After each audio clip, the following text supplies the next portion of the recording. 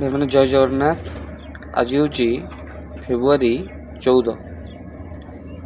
ଆଜିର ଦିନଟି ହେଉଛି କମ୍ ବ୍ଲାକ୍ ଡେ, କମ୍ ବିଶ୍ୱ ମାତୃପିତୃ ଦିବସ ଆଉ ବେଶୀ ଭ୍ୟାଲେଣ୍ଟାଇନ୍ ଡେ।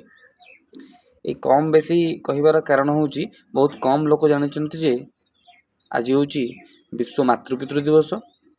ଆଉ ବହୁତ କମ୍ ଲୋକଙ୍କର ମନେ ଅଛି ଆଜି ପୁଲୱାମା ଆଟାକ୍ରେ ଆମ ଦେଶର 40 ଜଣ ସୈନିକଙ୍କର ମୃତ୍ୟୁ ହୋଇଥିଲା, ଯେଉଁଥିପାଇଁ ଫେବୃଆରୀ 14 ହେଉଛି ବ୍ଲାକ୍ ଡେ।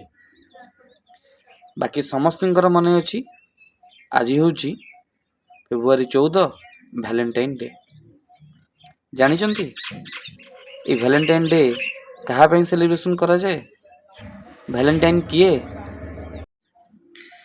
ପ୍ରାୟ 300 ଶତାବ୍ଦୀ ସମୟରେ ରୋମର ଜଣେ ରାଜା ଥିଲେ ସମ୍ରାଟ କ୍ଲାଉଡ଼ିୟସ୍। ଜଣେ ଖ୍ରୀଷ୍ଟିଆନ ରାଜା ଥିଲେ।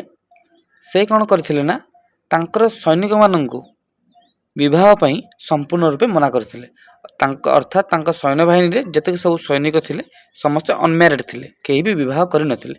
କିନ୍ତୁ ସେ ସୈନିକମାନଙ୍କ ଭିତରୁ ଜଣେ ସୈନିକ ଥିଲେ ଯିଏ ହେଲେ ସେଣ୍ଟ ଭ୍ୟାଲେଣ୍ଟାଇନ୍, ଯିଏକି ଲୁଚିକି ନିଜର ବିବାହ କରିଥିଲେ।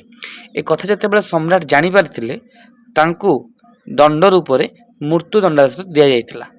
ତ ତାଙ୍କୁ ଫେବୃଆରୀ 14ରେ ତାଙ୍କର ମୃତ୍ୟୁ ହୋଇଥିଲା। ସେ ମଧ୍ୟ ଗୋଟେ ଚିଠି ଲେଖିଥିଲେ।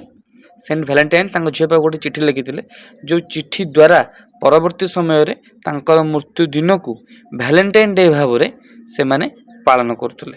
କିନ୍ତୁ ଆମେମାନେ କ'ଣ କରୁଛେ?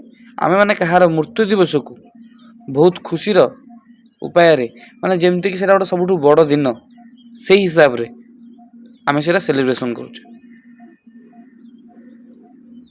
ଏହାଠୁ ବହୁତ ଭଲ ହୁଅନ୍ତା ଯଦି ଆମେ ବିଶ୍ୱ ମାତୃପିତୃ ଦିବସ ହିସାବରେ ସେଟାକୁ ସେଲିବ୍ରେସନ୍ କରନ୍ତେ।